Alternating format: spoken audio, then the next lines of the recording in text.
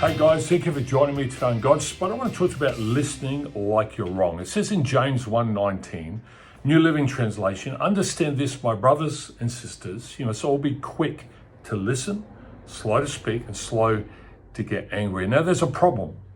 We're not really good at listening. Most of us here, we're never really listening to what's truly being said.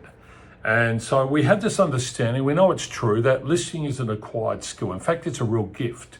When you put time aside and you listen to someone talking, it's a gift because we're very easily distracted. Even the other day, I was on the phone and I was in the conversation in the moment talking to this individual, and an email popped up that caught my attention, and I just did a quick glance, and it must have faltered the way I was talking to them. They could tell I'd got distracted. And I had to apologize for that. That was just impolite, really. And because listening is an acquired skill. But I want to challenge you to take it up a notch. Not just listen, but I want to challenge you to listen like you're wrong. And what that means is you start the conversation with the premise that you are likely wrong in your thinking or your understanding. And so what this does, it makes you a better listener because you're listening with the presumption that there's something you don't really know. And this is a powerful, powerful thing. And you become less of an advocate for your own opinions, and you're open and curious about the opinions of others. And listening to understand and fully grasp what others are saying really is an acquired skill. And for seasoned leaders, this is very difficult in ministry or in the business realm because it's almost an impossible skill for them to master because they have their own prejudice, they're wedded to their own views, and they're not really interested in what you've got to say. They're committed to advocating for their own opinions. And they're not that curious, and so they lose that ability. And you don't want to be one of them. I don't want to be one of them that ever gets at a point that I don't really want to listen to what people want to say. I want to listen like I'm wrong so I can understand. This has really, really helped me. I have an accountant who's a friend.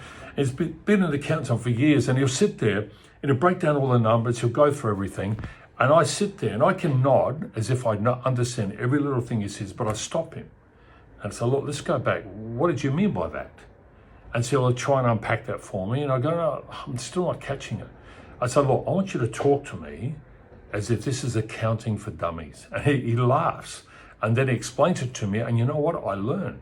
I understand now what he's saying. And it becomes a very valuable teaching lesson for me. And so it will for you if you approach every conversation with the idea that you could possibly be wrong. So to do this, it means number one, listening like you're wrong requires a shift of thinking from being judgmental to being engaging.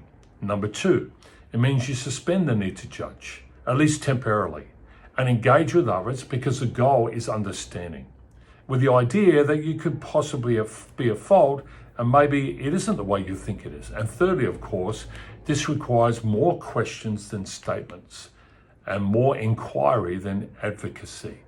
And if you try this in an up-and-coming conversation with somebody, clarify your views about the topic to be considered, you can identify the facts, the premises, and biases you might have, you'd be surprised how much of a better listener you become. And you need to presume that some of your opinions are wrong and go with an open mind into that conversation that they might be able to help you. And your goal then changes everything in that conversation. Your goal then becomes to gain a deeper understanding of the other person's perspective. And also it challenges your assumptions in the process. And you end up having a very different kind of conversation than what you typically would with other people. Because the intention is rather to understand than defend yourself. And this constitutes truly what listening is really all about. So I want to challenge you today as you go into your day, talk to people. Ask them to help you understand and talk to them as if you could be wrong. And you'd be surprised the world will open up and what you'll learn out of that. Thank you for listening. Hit the like button, share it with someone else.